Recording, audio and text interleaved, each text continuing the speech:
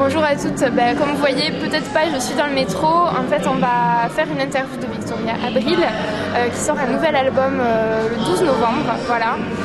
Et c'est flamenco, chanson d'amour, française, tout ça. Enfin, vous en parlera beaucoup mieux que moi. Suivez-moi, on y va. Bonjour Victoria. Bonjour. Mais écoute, on est vraiment ravis d'être ici aujourd'hui. Mais vraiment.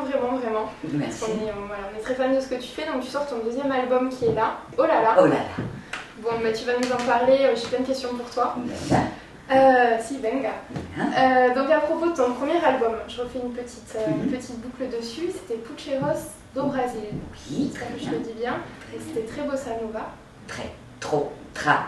Énormément. Énormément. À la folie. Et tu disais en fait à l'époque, j'ai lu des interviews de toi à l'époque, tu disais en fait que c'était la bande sonore de ton enfance. Oui. C'est ça? Voilà, c'est la musique que j'ai choisie, ouais. qui n'est pas venue par héritage, comme le flamenco. D'accord. Et du coup, en comparaison à ce premier album, le deuxième album, donc celui-ci, il représente quoi? Il évoque quoi pour toi? Ma jeunesse. L'arrivée en France, par amour. C'était quand? C'était exactement les 4 janvier, année 1982. D'accord. Précis. Je quitte mon pays, je quitte ma famille, je quitte même mon mari, je quitte tout pour venir vivre mon histoire d'amour. Et c'est à travers, disons, toutes ces chansons d'auteurs que j'ai appris à lire et à écrire les français. C'est plutôt sympa. C'est très bien, parce qu'en plus, tu retournes une et autre fois pour apprendre par cœur. Donc, au bout d'un moment, tu finis par voir et lire les mots bien écrits et comprendre que E-A-U, c'est O. Ouais. Tu vois, il fallait faire quand même, hein. Quand on dit O et puis ça s'écrit E-A-U, il faut vraiment l'écouter pas mal des fois pour comprendre, pour intégrer. Donc voilà, c'était mes premiers, les auteurs français, ça a été mes premiers profs des français, c'était mes profs de français, mais en musique. Et oh là là, pourquoi est-ce que tu as choisi ce titre? Est-ce que ça serait à rapport avec Ola? Tu dis bonjour à ton public, mais Non, c'est Ola sans H, c'est O, avec un O comme ça, avec un O comme ça. Oh là là, je l'écris comme ça parce que quand j'ai parlé avec mes amis du prochain album, on m'a dit bon, c'est quoi le prochain? Et je lui ai dit écoute, c'est des chansons françaises d'amour, de l'amour qui tue, avec des arrangements des flamenco puro. Il m'a dit oh là là, j'ai dit exactement, ça s'appelle oh là là. Tu vois, je l'ai su à la première personne que j'ai parlé de mon projet.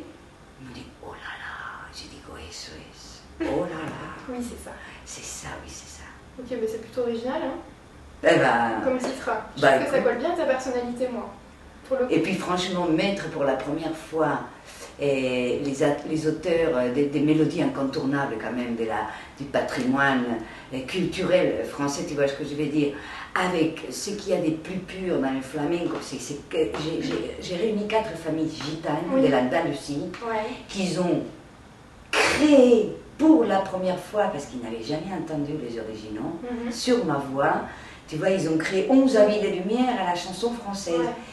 Et c'est pas des reprises puisqu'ils n'ont jamais entendu l'original. C'est des vraies créations. J'ai vu qu'en fait, elles marchaient toutes.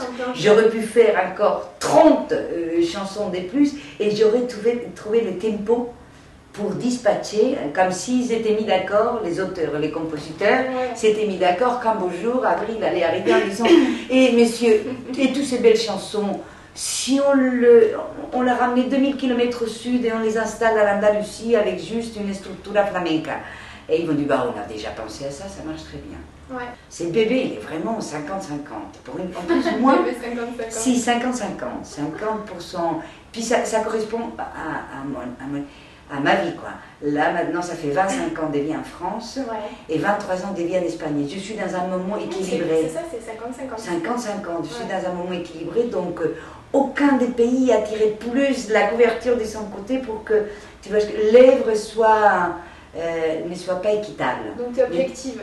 Les France et Espagne, ça va. Voilà, c'est un beau match 1-1. Ouais. Tu vois. Très bien.